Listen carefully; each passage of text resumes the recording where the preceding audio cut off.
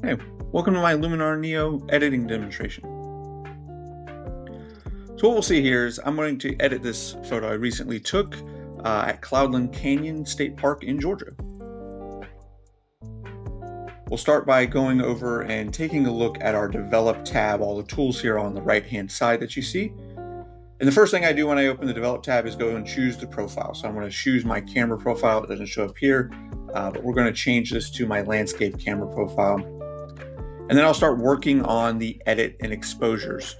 I've already hit J here, so I can see in the red and blue dots that show up what is overexposed and underexposed. And I'm editing so that I barely have a little bit of each of these. I really like that feature because it really helps me to know exactly the contrast ratios that I'm looking at and get a nice wide angle there. I'll also usually develop using color. In this case, this was at sunrise. I want to really bring out some of those bright purples, blues, and golden hues that I was seeing that maybe the camera didn't capture quite 100% thanks to white balance. So I've edited those, and you can see just the base difference here using the eye function over the develop tool.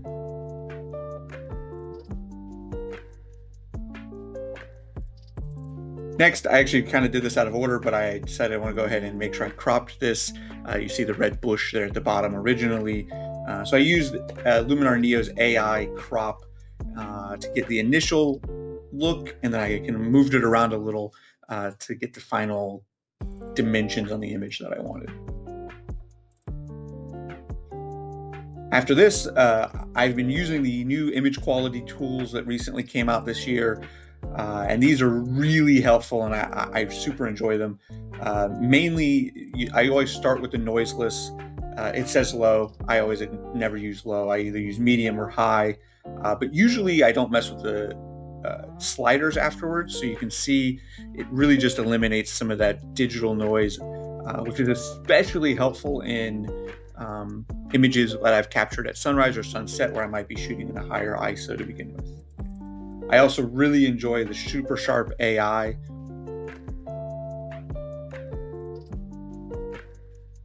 And you'll see here when it finishes, there'll be some sections of the photo that it has decided to enhance a little, remove some blurriness. So as I zoom in here, you'll be able to see with the eye tool some of the areas where it just sharpened up that image a little bit. And it's doing that using Luminar's powerful AI.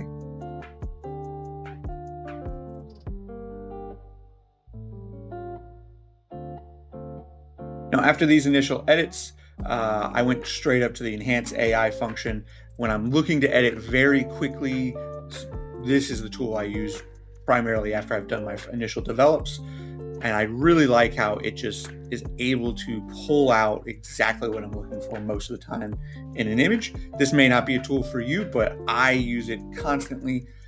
The only time I don't use it is when I'm really looking to spend a lot of time editing a picture, which isn't very often. And I've considered a couple of other options here, but really decided not to mess with any of those other ones and go straight to Supercontrast, which is again one of my favorite tools in here.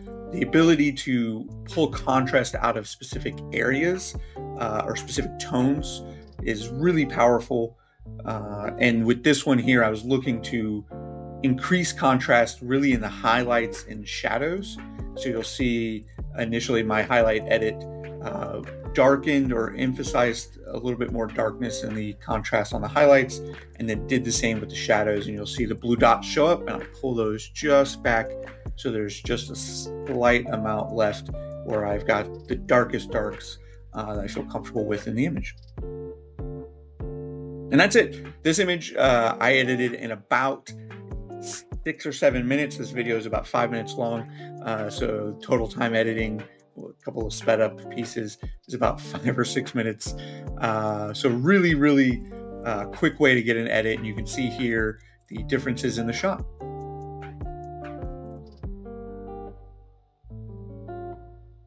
So thank you for watching. Super appreciate it.